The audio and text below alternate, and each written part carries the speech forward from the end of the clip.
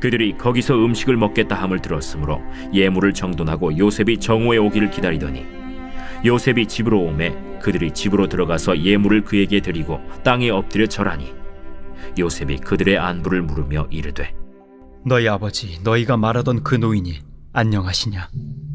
아직도 생존해 계시느냐? 주의 종 우리 아버지가 평안하고 지금까지 생존하였나이다. 하고 머리 숙여 절하더라. 요셉이 눈을 들어 자기 어머니의 아들 자기 동생 베냐민을 보고 이르되 너희가 내게 말하던 너의 작은 동생이 이 아이냐? 소자여, 하나님이 내게 은혜 베푸시길 원하노라. 요셉이 아우를 사랑하는 마음이 복받쳐 급히 울 곳을 찾아 안방으로 들어가서 울고 얼굴을 씻고 나와서 그 정을 억제하고 음식을 차리라 하매 그들이 요셉에게 따로 차리고 그 형제들에게 따로 차리고 그와 함께 먹는 애굽 사람에게도 따로 차리니 애굽 사람은 히브리 사람과 같이 먹으면 부정을 입음이었더라. 그들이 요셉 앞에 앉되 그들의 나이에 따라 앉히게 되니 그들이 서로 이상히 여겼더라.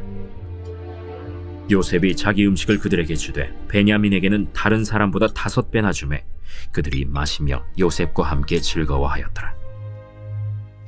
Everyday is Sunday. 우리의 매일을 썬데이로 세팅하라. 할렐루야. 오늘도 선셋 메시지를 듣는 포드의 성도 여러분들을 주님의 이름으로 축복합니다. 미국의 신학자이자 작가인 피터 라이브스가 쓴 돈으로 살 수 없는 것이라는 글에는 이런 말이 나옵니다. 돈으로 사람을 살 수는 있지만 그 사람의 마음까지는 살 수는 없습니다. 정말 그렇지 않나요? 우리가 살아가는 세상에서 돈으로 많은 것을 사고 가질 수 있지만 정작 가장 소중한 것들을 돈으로 살 수 없다는 사실을 다시금 일깨워줍니다.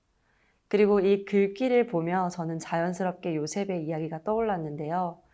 그는 17살의 형들의 배신으로 은 20에 애굽에 팔려갔지만 마음을 지키며 어떤 상황 속에서도 하나님을 향한 믿음을 잃지 않았습니다. 이후 요셉은 30살에 총리가 되었고 오늘 본문에서 20년 만에 형제들과 다시 만나게 됩니다. 요셉의 인생을 보면 그가 겪은 고난과 아픔의 시작은 바로 형제들이라고 생각할 수도 있는데요. 20년이라는 시간이 흘렀지만 과연 시간이 모든 상처와 아픔을 치유해 줄 수 있었을까요? 시간이 지난다고 해서 마음의 상처와 아픔이 저절로 사라졌을까요? 그런데 어떻게 된 일인지 오늘 본문에서 요셉은 자신을 팔아넘긴 형제들을 식탁으로 초대합니다. 고대 이집트에서 한 나라의 총리가 이방인과 식사하는 것은 매우 이례적인 일이었는데요. 그리고 어느 시대, 어느 사회에서든 식탁에 초대하고 함께 식사를 한다는 것은 특별한 관계를 의미하고 있습니다. 한 예로 다윗이 원수라고 봐도 무방한 사울의 아들 무비보셋을 식탁에 초대한 것 역시도 매우 파격적인 은혜와 용납의 상징이 아닐 수 없습니다. 누구와 식사를 하는지, 누구를 나의 식탁에 초대하는지는 그만큼 중요합니다. 오늘 요셉이 형제들을 식탁에 초대한 이 장면은 단순한 만남이 아니라 상처와 아픔을 넘어선 용서와 회복, 그리고 하나님의 마음을 보여주는 특별한 자리입니다. 오늘 우리는 요셉의 식탁 앞에서 과연 형제들을 향한 요셉의 마음을 움직였던 것은 무엇이었는지, 무엇이 요셉으로 하여금 이런 회복의 자리를 마련하게 하였는지 함께 살펴보도록 하겠습니다. 창세기 43장에서는 요셉이 20년 만에 형제들을 다시 만나게 되는 장면이 그려져 있습니다. 그들의 관계는 단순히 어색한 수준이 아니라 깊은 상처와 죄책감, 두려움이 뒤엉켜 있었습니다. 형들은 요셉을 죽이려 했고 결국 애굽의 노예로 팔아넘겼습니다. 20년이라는 세월이 흐른 뒤에 애굽과 가나안 땅 그 주변 지역에 7년 동안 이어진 극심한 기근이 닥치자 그들은 먹고 살기 위해 애굽을 찾아왔고 그곳에서 총리가 된 요셉을 마주하게 됩니다. 그러나 형들은 아직 요셉을 알아보지 못하고 있는 상태에서 요셉은 의도적으로 그들의 마음을 시험하고 있었습니다. 25절에 보면 형들은 요셉에게 줄 예물을 준비하고 있습니다. 이것은 단순한 인사치레를 넘어서는 행동이었는데요. 그들은 두려운 마음으로 요셉에게 예물을 준비했던 것이었습니다. 그리고 26절에서는 요셉이 집에 들어오자 형제들이 땅에 엎드려 절을 합니다.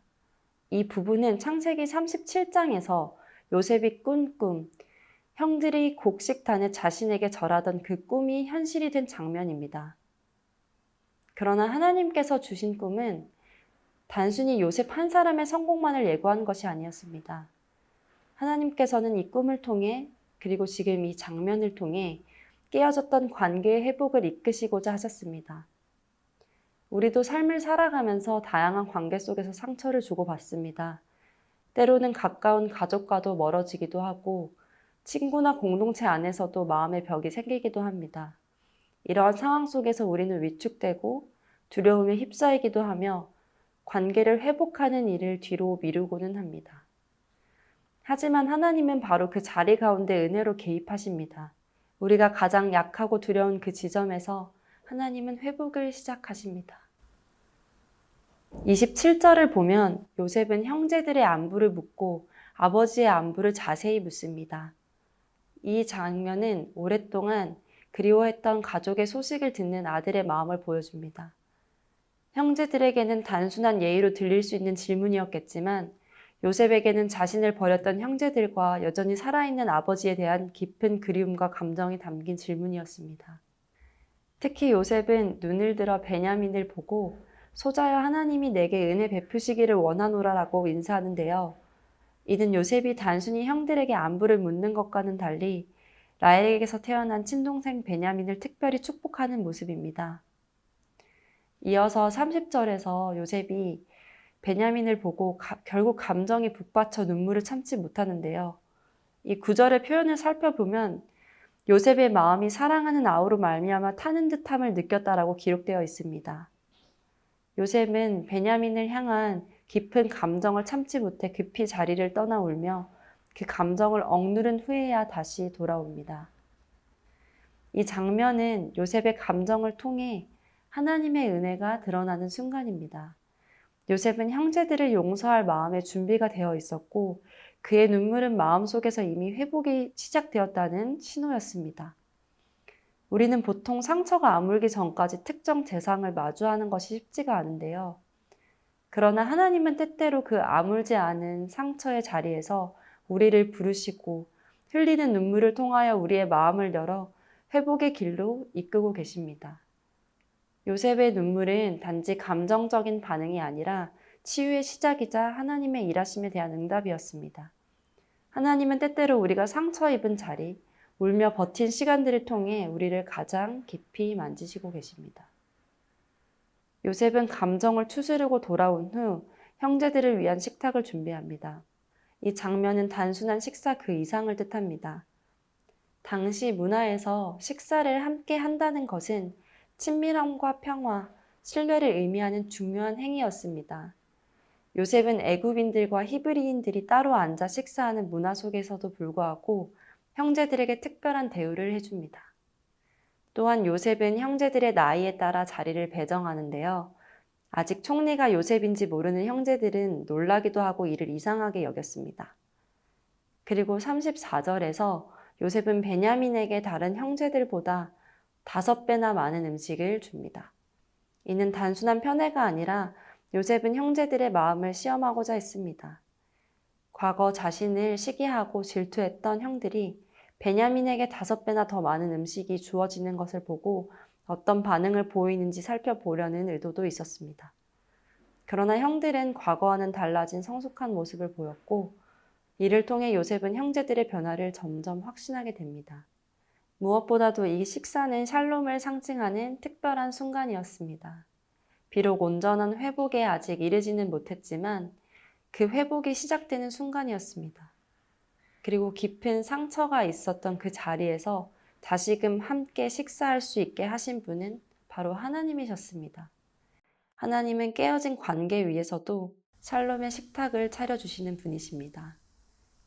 사랑하는 포드 성도 여러분, 우리의 각자의 삶 속에서도 요셉과 형제들처럼 얽히고 설킨 관계가 있을 수 있습니다.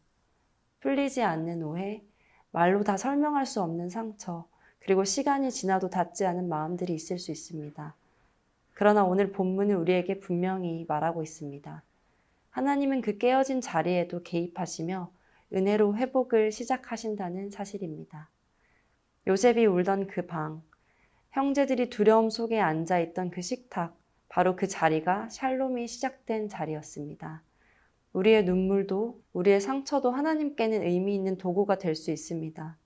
하나님은 우리를 불쌍히 여기실 뿐 아니라 우리의 눈물을 통해 회복의 샬롬을 피워내시는 분이십니다.